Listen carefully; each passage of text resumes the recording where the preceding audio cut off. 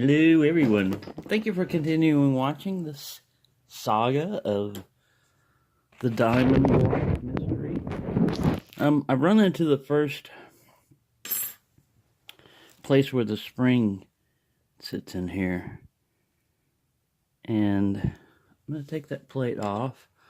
But so far I don't see it doing anything to the locking mechanism, which I don't completely understand. The paint on these things act as kind of like a bonding agent, but it's really not super hard to get these plates up. And the plates are pretty soft. I bent them with this super heavy duty screwdriver. Sparrow bypass tool.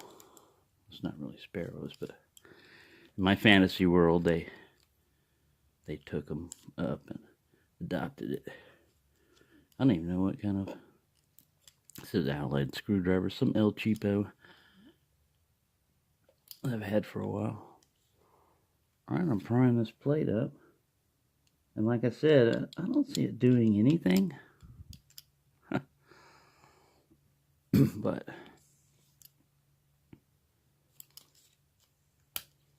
and as these pins get, as these plates get further away, they're harder to get up just because the metal warps. Alright. Disengage, please. Yeah, see? What are they affecting? I don't think they're affecting anything. I think all they do is provide spring tension to the key, or maybe prevent another key from turning. I'm not 100% sure there. We'll set that aside. And I'll keep going till I get to the actuator, or the one that I think's the actuator. So I'll pause right now so this won't be overly long. But look, he's turning into a mini padlock. So in continuing to take this down, the springs, the heel of the springs, the square part, are resting on this, which I believe is the actuator. I pulled it forward. I haven't gotten to it yet, but I just wanted to show you the progress as I'm going along and pulling these things along.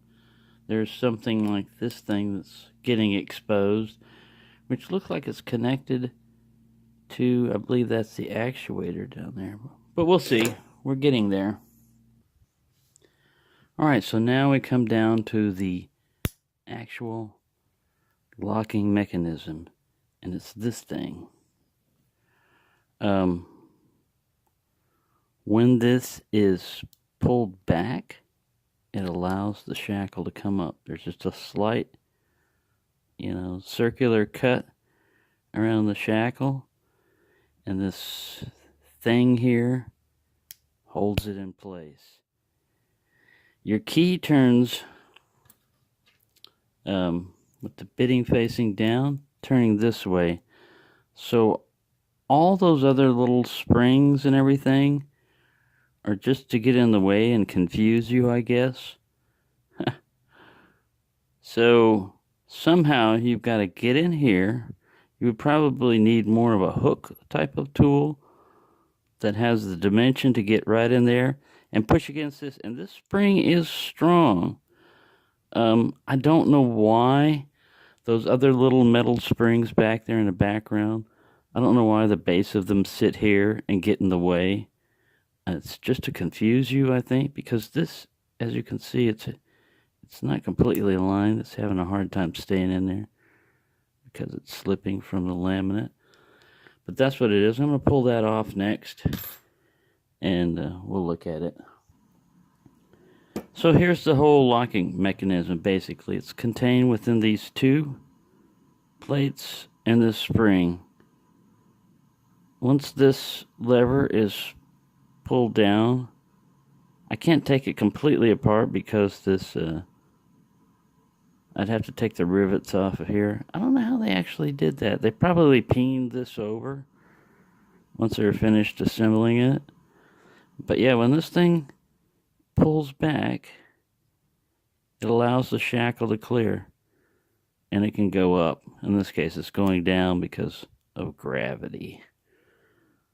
But that's it. Now, like I said, look at that. I'm mashing on my finger pretty hard to pull this back against the spring. So what you have here is a very good example of security through obscurity, because you could hand this lock, I bet you could hand this lock to any pretty good lock picker out there, or average or above average lock picker, and tell them to try to pick it open. Don't give them a key. Let them try to pick it open. And they'd be hard pressed. Now, when you're looking in the keyway, of course, all those other baffles get you, but you can see this. I knew there was a double wide one in there, and see, it's got to occupy 2 spaces basically. And this is thicker than those other little wires, which I still am completely confused about what those things are, why they're in there.